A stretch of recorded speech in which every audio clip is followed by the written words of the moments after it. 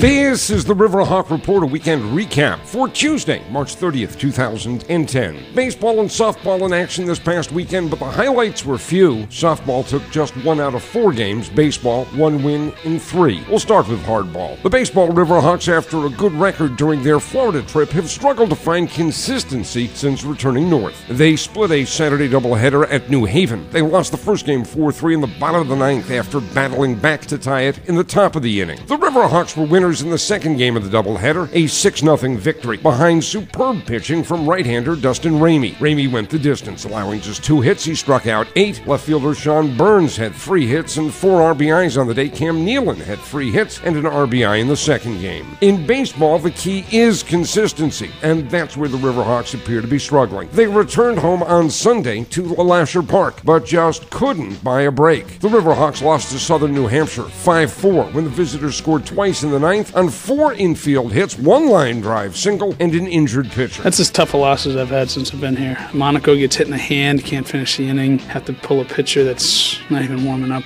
Dallas Nunes is home sick. Tyler Torfair, closer's got soreness in his arm. So I don't know what to say. That one hurts. That one does hurt. And, we left a lot of runners on base.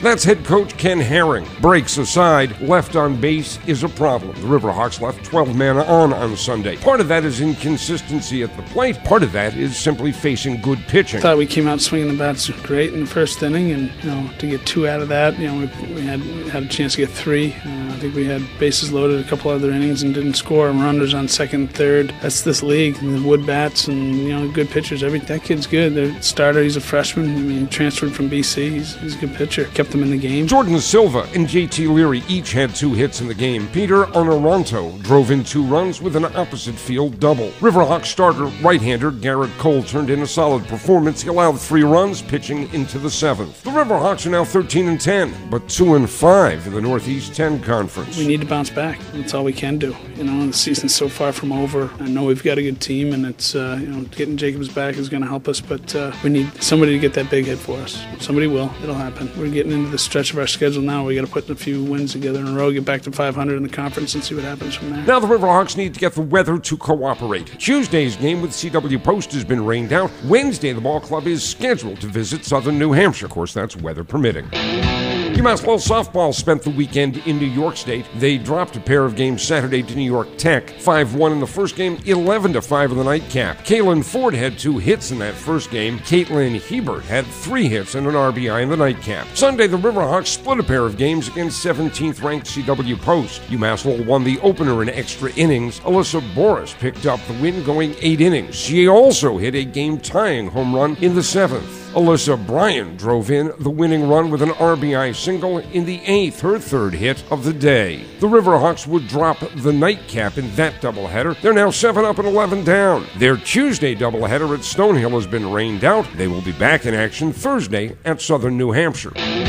While the UMass Lowell hockey season has come to an end, 5 Riverhawks are continuing to play. 5 players began their professional careers, and 1 has already worn an NHL uniform. Seniors, goaltender Carter Hutton, forward Ben Holmstrom, and defensemen Jeremy Daner, Nick Schaus, and Barry Goers have all signed professional contracts. Hutton and Holmstrom are teammates with the Adirondack Phantoms, a Philadelphia Flyer affiliate. They were in Manchester, New Hampshire last Saturday night. It's definitely an adjustment. It's a different game, but I feel like after I got the first couple games under my belt, that I feel a lot more comfortable out there and more confident every game. That's former Riverhawk captain Ben Holmstrom. He's making the adjustment. He's playing well. He scored a couple of goals in just a handful of games. He says his college career prepared him well. A lot of the discipline and work ethic that I've worked up and built over the last 4 years playing at Lowell is what's got me here, and I feel like it definitely shows out there, and that's gonna keep me going to the next level. Holmstrom does plan on finishing up his classwork. Carter Hutton continues to take classes during the week and tend net on weekends, and it has been a whirlwind trip. First catching up with Adirondack on the road, playing in a handful of games, and then getting called up to Philadelphia to play a backup role for a team whose goaltenders have been dropping by the wayside due to injury more often than Spinal Tap had to find drummers. It's pretty surreal the past,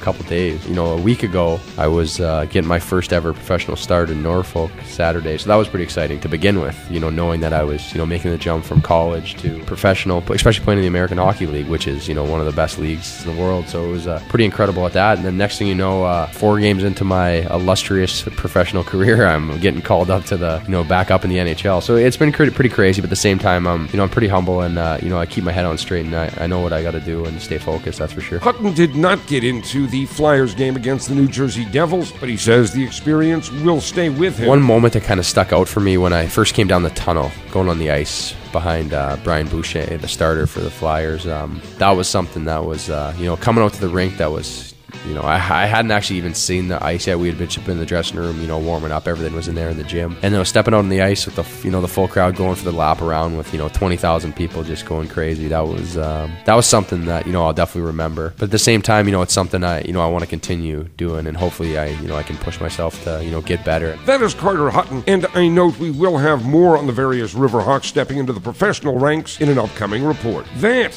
is the Riverhawk Report for Tuesday, March 30th, 2010.